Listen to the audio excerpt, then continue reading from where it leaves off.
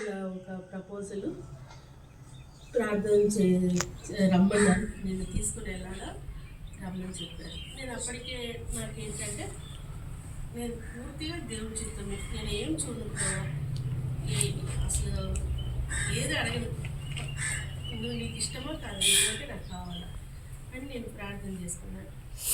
అయితే ఆ రోజు వచ్చి చెప్పారు నాకు, ఇలా వాళ్ళని ఊరికి వెళ్ళాలా, సంబంధం చూస్తారంట, బ్రదర్ను తీసుకొస్తున్నారు, నువ్వు కూడా రావాలంటే నేను అడిగాను దేవుని ప్రభావ, నువ్వు వెళ్ళబట్టే నేను వెళ్తా, నువ్వు వెళ్ళొద్దంటే ఏం పర్లేదు, ఎన్నన్నా తిట్టని నన్ను, నేను చెప్పేస్తాను రానని అని చెప్పి వెళ్ళి నా డైలీ పోషన్ చదువుతుంటే ఆ రోజు అపోస్తల కార్యములు 26వ అధ్యాయం 22, 21 నేను మీరు తీయద్దులేండి, టైం సరిపోదు.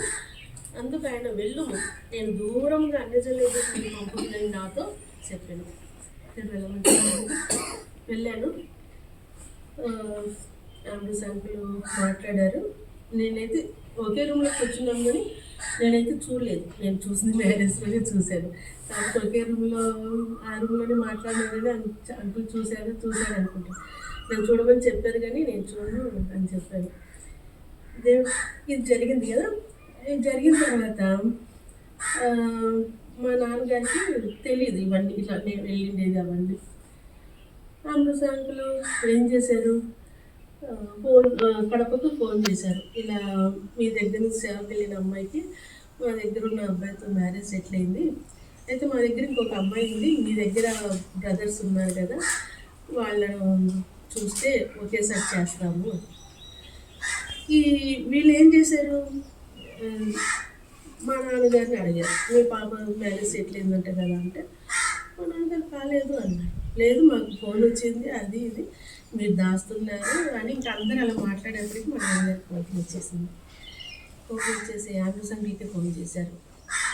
ఏంటి మా పాపది మ్యారేజ్ సెటిల్ అయిందని చెప్పారంట, పేరెంట్స్ తెలియకుండా ఎట్లా సెటిల్ చేస్తారు, ఆయన కన్ఫామ్గా కాదు, ఇట్లా ఒకవేళ సెటిల్ చేద్దామంటే అంకుల్ పాపం అలా చేశారు అని మా నాన్న అడిగేటప్పుడు సంఖ్యకి కోపం వచ్చేసి క్యాన్సల్ అని చేశారు, పదం అయిపోయింది. కానీ నేను ప్రార్థన చేసుకున్నాను. అదే సమయంలో చెప్పాలంటే ఇదంతా కట్ చేయాల, ఎందుకంటే మా బావగారు చూస్తే మాత్రం సొంత ఆయన గురించి ఉంటుంది. నేనేమో దేవుని చిత్తం చేస్తాను, నేను అసలు ఒప్పుకోవట్లేదు. ఎంత ఘర్షణ అంటే నాకు వాళ్ళు మా అక్కను మానిపించేసాడు మాట్లాడడం, మా ఇంట్లో వాళ్ళని మనసు తిప్పేసాడు. ఒకవైపు చూస్తే ఇక్కడేమో ఇలా జరుగుతుంది. సరే అని మా నాన్నగారు కొంతకాలము నాతో కూడా ఇలా కోపంగా ఫోన్ పెట్టేశారని మా నాన్న, మాకేం పర్లేదు, మా పాపకి ఏం తక్కువ ఉన్నారు. అయితే ఎవరో ఫోన్ చేశారు, ఎవరైనా తెలియదు. ఏం ఫోన్ చేశారు, మీ పాపకు సెటిల్ అయింది కదా, చాలా కష్టము, ఆ మ్యారేజ్ చేసుకోవద్దండి, చాలా శ్రమ అనుభవిస్తుంది, చాలా కష్టపెడతాడు అతను, తర్వాత మీ అమ్మాయి చాలా కష్టాలు పాలవుతుంది అని ఫోన్ చేశారు. అదే ఫోన్ మా అక్కకు చేశారు. ఆ వ్యక్తి ఎవరైనా తెలియదు, మాకు వాళ్ళకు తెలియదు, కానీ ఇట్లా చెప్తే ఎలాగో ఒప్పుకుంటారు.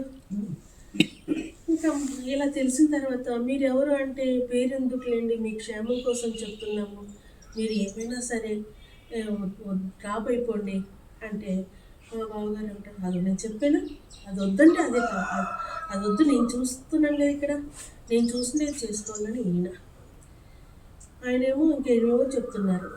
నేను చూసినా మంచిగా బాగా మంచి మెసెంజరు, ట్రాన్స్లేటరు, బుక్ ఇన్ఛార్జ్ అదంతా చెప్తున్నారు.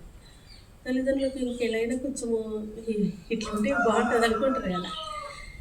సరే, మళ్ళీ అక్కడ కొంచెం ఘర్షణ వచ్చేసింది. ఇక్కడ ఓకే అన్నప్పుడేమో సరే అంటున్నారు, మళ్ళీ ఇది ఇలా తెలిసినప్పుడు వద్దు అంటున్నారు. మళ్ళీ కొంతకాలం తర్వాత మళ్ళీ ప్రార్థన చేస్తుంటే దేవుడు సమాధానం ఇచ్చినాడు అని చెప్తుంటే సరే చేద్దామని మళ్ళీ చేస్తారు. మళ్ళీ ఇంకోసారి మళ్ళీ ఫోన్ ఎవరో విధాలు చేశారు. ఎవరు తెలుసు, వాళ్ళేమో ఏం చేశారంటే, లేదు వద్దు డ్రాప్ అయిపోండి, మేము మాకు తెలుసు ఆ అబ్బాయి అంటే మా నాన్నగారు గిద్దలూరు పరిచయకి వెళ్ళారు. అక్కడ వీళ్ళు రాజమండ్రి వాళ్ళు ఎవరో కలిశారు. సెకండ్ షోలోకి వెళ్తాడు అతను, డిటెక్టివ్స్ చదువుతాడు, నావల్స్ చదువుతాడు అని చెప్పారు. ఇంకా మేమేమో పెరిగిన వాతావరణం ఇది. ఇంక ఇవన్నీ ఇట్లా చెప్తే ఎవరు ఒప్పుకుంటారు? ఇంకా అమృత్ అంకుల్ కోపం వచ్చేసి అసలు ఇది వద్దే ఉంది, ఈ సంబంధం డ్రాప్ అనేసి సీరియస్ అయిపోయారు. సరే, నాకు ట్రైనింగ్ ఇస్తున్నానికి పాపం చాలా మంచోడు ఆయన. చెప్పాలంటే వాళ్ళ కూతురు ఎలా చూశారో నన్ను అలాగే చూశారు. ఆయన మాత్రం ఏం చేయాలో అర్థం కావడంలా ఒక రోజు నన్ను పిలిచి అన్నారు, అమ్మ ఇక ఈ సంబంధము పూర్తిగా మర్చిపోదాం, మనము వేరే చూద్దాము అన్నాను. దానికి ముందే నేను ప్రార్థన చేసుకున్నాను, ప్రభువా నేను ఒకవేళ నీ చిత్తాన్ని కనుగొన్నప్పుడు నేను తప్పు చేశాను, నాకు అర్థం కాలేదు, నేను పొరపాటు పడ్డాను. ఒకవేళ నేను పొరపాటు పడితే మరి నేను దేవుని సేవకులకు నేను తప్పు గ్రహించినట్టే కదా. ఎందుకంటే అదే స్వరము వినే కదా నేను ఇక్కడి దాకా వచ్చాను. ఏ ప్లేస్కు రావాలనేది కూడా నేను తప్పులు సెలెక్ట్ చేసుకున్నట్టే కదా. కాబట్టి ఇది జరగకపోతే నేను అవన్నీ కూడా రాంగే అనుకోవాలా అని ప్రార్థన చేసుకుంటాను. నేను వాక్యం చదువుతుంటే మోషే చేసిన ప్రార్థన నా డైలీ పోషన్లో వస్తుంది. మోషే కూడా ఏమంటాడంటే సంఖ్యాకాండం 16లో 29 మోషే ఈ సమస్త కార్యములను చేయడానికి యెహోవా నన్ను పంపినయు, నా అంతటా నేనే వాటిని చేయలేదని దీనివలన మీరు తెలుసుకుందరు. ఒకవేళ మనుషులందరికీ వచ్చి మరణం అంటే మరణం మీరు పొందినేలా సమస్త మనుషులకు కలిగినదే వీరికి కలిగినట్లు యెహోవా నన్ను పంపలేదు. ఇలా జరిగితే నన్ను పంపలేదు అనుకుంటాను, లేదు వేరే విధానంలో జరిగితే నేను ఒకటే ప్రారంభం అయితే ఇది నీ చిత్తమే జరిగితే ఇవన్నీ కూడా నేను నీ చిత్త ప్రకారమే వచ్చాను ఇక్కడి వరకు అనుకుంటాను, లేదంటే అవన్నీ కూడా నేను రాంగ్ స్టెప్ వేసినట్టే లెక్కేసుకోవాలా అని ప్రార్థన ఈ వాక్యం జరిగినప్పుడు ఇంకా నాకు పూర్తి కన్ఫర్మ్ అవుతుంది. ఈ ప్రపోజల్ దేవుడి చిత్తమే అని. అంటే అంకుల్ చెప్పేసినప్పుడు నేను వేరే సంబంధాలు ఏం చూడద్దు, ఓ సంవత్సరం లేట్ అవ్వని 2 సంవత్సరాలు లేట్ అవ్వని దేవుడు ఇదే జరిగిస్తాడు అని చెప్తుంది. తర్వాత మళ్ళీ 2-3 నెలలు కల్పించినాక మళ్ళీ మా నాన్నగారు ఎవరికో చెప్పినారు, ఇలా ఉంది, మేమేమో వద్దంటున్నాము, మా పాప ఏమో దేవుడు ఇంకా కాబట్టి మేము కనుక్కోవడానికి కూడా మాకు అంత ఇంట్రెస్ట్ లేదు, కానీ మా ఇంట్లో వాళ్ళు ఒకసారి వెళ్ళి కనుక్కోవచ్చు కదా అంటున్నారని చెప్పేసి వేరే ఆయన కనుక్కోమని ఫోన్ చేశారు. ఆయన ఏం చేశారు, రాజమండ్రిలో ఉన్న ఆయన ఫోన్ చేశారు, ఇలా అలానే అబ్బాయి దేవుని సేవకుడు అంట అంటే ఆయన ఎవరు అనుకొని దేవుని సేవకుడు కాదు, అబ్బాయి ఉద్యోగం చేస్తున్నాడు అని అంటే ఇంకా కోపం వచ్చేసింది. మా అమ్మాయి అన్నీ వదిలేసుకొని సేవకు వెళ్ళిపోయింది, ఇప్పుడు సేవకు వచ్చిన వాళ్ళని కాకుండా ఉద్యోగంకి వచ్చిన వాళ్ళని చేస్తారా అని చెప్తే అప్పుడు అంకుల్ ఏం చేశారంటే వైజాగ్ మార్టినగర్ వాళ్ళ అమ్మాయి బాగా వాళ్ళ క్లోజ్, వాళ్ళైతే కరెక్ట్గా చెప్తారు కదా అని వాళ్ళకి చేశారు ఫోన్ చేస్తే వాళ్ళకి కూడా సరిగ్గా ఇన్ఫర్మేషన్ తెలియక అవును అంకులు సేవకులు కాదు ఉద్యోగం చేస్తున్నారు అంటే అక్కడ ఒక ఆయన ఉద్యోగం చేస్తే ఎక్కువ వచ్చి వెళ్ళేవాళ్ళు అనుకుని వాళ్ళు చెప్పారు. నాకు ఇంకా ఫోన్ చేశారు మా అంకుల్ చేసి, అమ్మ నేను చాలా ఏం చేయాలో నాకు అసలు అర్థం కావడం లేదు, దేవుని సేవకుడే కాదంటున్నారు, ఇవన్నీ ఏమో లేదు మొచ్చడు కాదు అవన్నీ అంటే ఇట్లాంటివి చాలా వస్తాయిలే, నాకు అట్లా వచ్చినాయి మా అమ్మాయికి అలాగే వచ్చినాయి అనుకున్నాను, కానీ సేవకుడే కాకుండా ఎలా చేయాలా అన్నా. నేను అన్నాను ఫోన్ చేసి చెప్పాను, నేను ఫోన్ పెట్టేసి ప్రభా మనుషులు ఎన్నైనా చెప్తాను కానీ నువ్వు కరెక్ట్ చెప్తావు కదా, నాకు అప్పుడు అందరికీ భోజనం పెట్టే టైం నాకు బయట తీసి చదివే టైం లేక ఎడార్ల ప్రవాహాలని నా దగ్గర ఒక బుక్ ఉండేది, అది మా ఫ్రెండ్ ఇచ్చింది సేవకు వచ్చేటప్పుడు. ఆ డిసెంబర్ 21 వెంటనే తీసి డిసెంబర్ 21 ఏముందని తీస్తాను ఇట్లా పైన హెడ్డింగే అతను ప్రభువును పూర్తిగా వెంబడించాడు అని నేను చెప్పేశాను. అంటే ఏం కంగారు పడద్దండి, దేవుడి మాట చెప్పాడు అని. సో ఇలా జరిగింది. అప్పటికే సంవత్సరం అయింది నాతో మాట్లాడక మా ఇంట్లో వాళ్ళు. ఎందుకంటే ఒప్పుకోవట్లేదు కదా, దేవుని చిత్తం అంటున్నాను కదా. సో నా గురించి నేను ఒప్పుకోలేదు కాబట్టి మా బావగారు కూడా నా గురించి ఇంకేమో చెప్పి ప్రచారం చేస్తున్నారు. అయితే ఒకరోజు ఏమైందంటే అంకుల్ వెళ్తూ చెప్పారు, అమ్మ ఇంకెలాగూ మీ పేరెంట్స్ ఒప్పుకోవట్లేదు కదా, అటు ఆండ్రూస్ గారు కూడా ఒప్పుకోలేదు, వద్దని చెప్పేశారు, కానీ ఈరోజు మేము కలుస్తాము హైదరాబాద్లో, ఒకవేళ ఏమో ఆయన మనసు మారి దేవుని చిత్తమే సరే అంటే ఏం చెప్తాను, ఏం చెప్పమంటావు అన్నారు. నేను కామ్గానే ఉన్నాను. అంకుల్ అన్నారు, నువ్వేం చెప్పొద్దులే, నేనేం చెప్తానంటే వాళ్ళ పేరెంట్స్ రారు, వాళ్ళ ఇంట్లో నుంచి ఎవ్వరూ రారు, కాబట్టి ఇంకా పేరెంట్స్తో సంబంధం లేకుండా మ్యారేజ్ మనమే చేసేద్దాము అని చెప్పేస్తాను అన్నారు. నేను దానికి కూడా ఏం పలకలేదు. ఇంకా సరే వెళ్ళిపోయినారు. అప్పుడు నెక్స్ట్ డే మార్నింగ్ మా అమ్మ ఫోన్ చేశారు. అప్పటికి ఎంతకాలం అయింది, ఫోన్ కూడా లేదు. చేసి సరే నువ్వు దేవుని చిత్తం అంటున్నావు కదా, సరే అని చెప్పు, మేము కూడా ఓకే అని చెప్పు అన్నారు. కానీ ఎలాగొచ్చారు, వాళ్ళకి ఇష్టం లేదు యాక్చువల్గా. ఎలాగొచ్చారంటే గెస్ట్ లాగా వచ్చారు లేదంతే. అట్లాగా దేవుడు నా మ్యారేజ్ విషయంలో కూడా, అంటే నేను పుట్టిన క్రైస్తవ కుటుంబంలో కానీ రక్షణ పొందిన తర్వాత నేను దేవుడి సేవ విషయంలో సమస్యలు ఎదుర్కొన్నాను, ప్లేస్ విషయంలో సమస్యలు ఎదుర్కొన్నాను, వివాహ విషయంలో కూడా సమస్యలు ఎదుర్కొన్నాను. ఆఖరికి దేవుడు అలా ఎట్లా అంటే దేవునికి లోబడి అందరినైనా పక్కన పెట్టగలిగింది, దేవునికి లోబడి. అట్లాగా దేవుడు వివాహ విషయంలో సహాయం చేశాడు. దేవుడు ఆ విధంగా వివాహం అయిన తర్వాత పిల్లల విషయంలో కూడా దేవుడు సహాయం చేశాడు.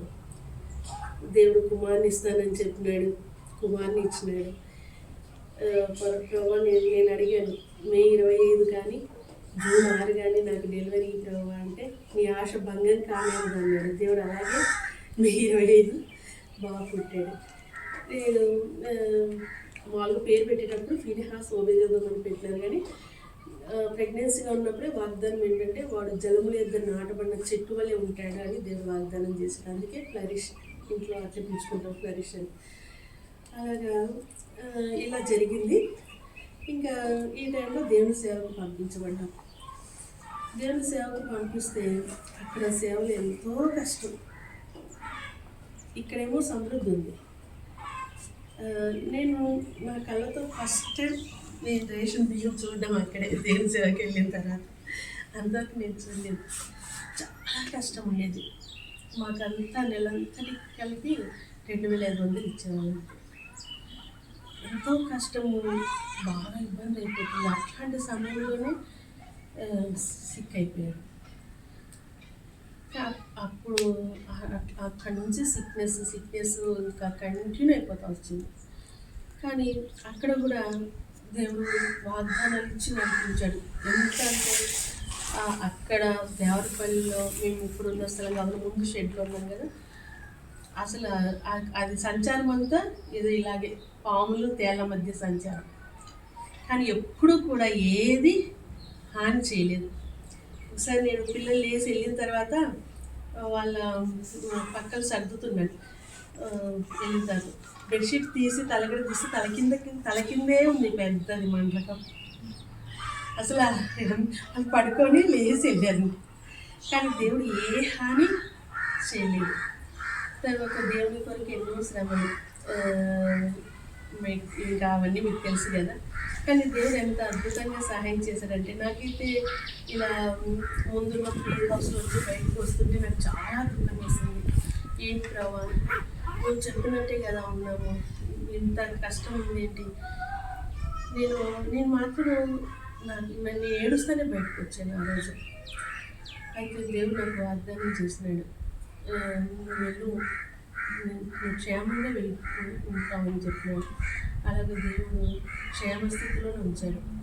అయితే ఆ తర్వాత ఇట్లాంటి పరిస్థితులలో అనారోగ్యం వచ్చింది కదా. అనారోగ్యం వచ్చినప్పుడు అన్నకి అది మిగతా అంటే పెద్ద పట్టించుకోలేదు. వైరస్ వచ్చినప్పుడు చాలామంది అన్నారు ఈ వైరస్కి మెడిసిన్ లేదు, ఉన్న క్యూర్ అవ్వదు, చనిపోతాడు.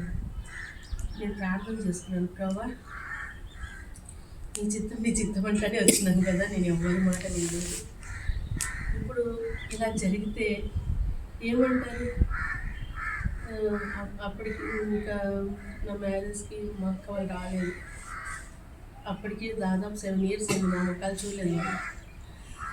దేవుడికి లోబడ్డ, దేవుడు అయిపోయింది అని చెప్పేసి.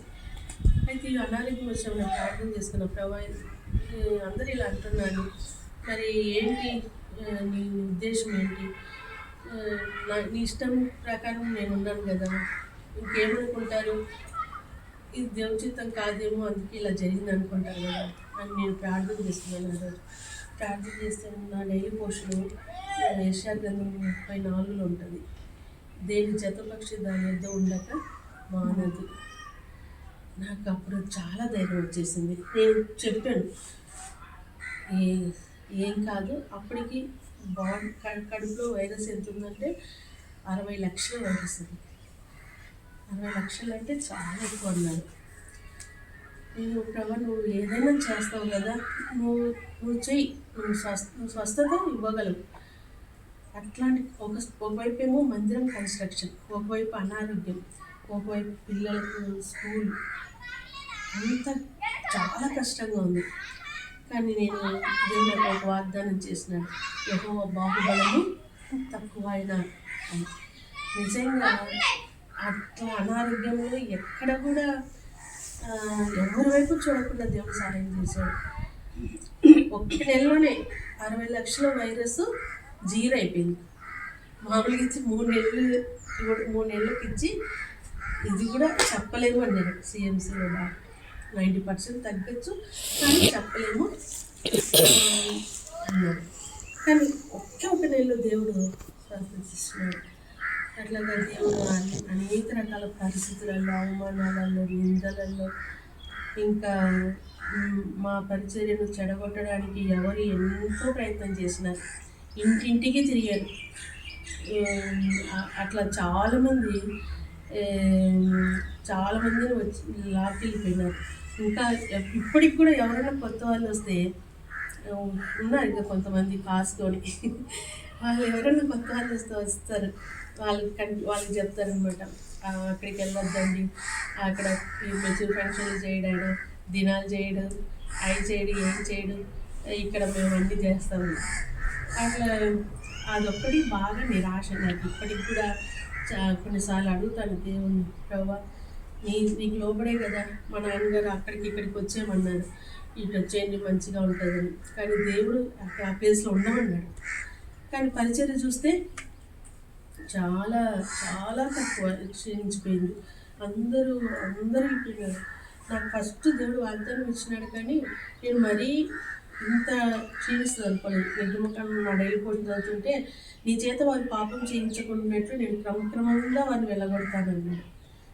అదొకటైతే నేను దేవుడికి లోబడకపోవడం వల్ల కూడా, అంటే నేను దేవుడు అప్పగించిన సంఘం కొరకు భారంగా నేను ప్రార్థన చేయలేకపోయాను. నాకు దేవుడు చాలాసార్లు చెప్పాడు, రాత్రంతా కన్నీరు విడవండి, పోరాడండి, ఇలా అయిపోతుంది అని. కానీ నేను రాత్రంతా ఫెయిల్ అయిపోయి అట్లా కూడా పరిచయం నష్టపోయాను.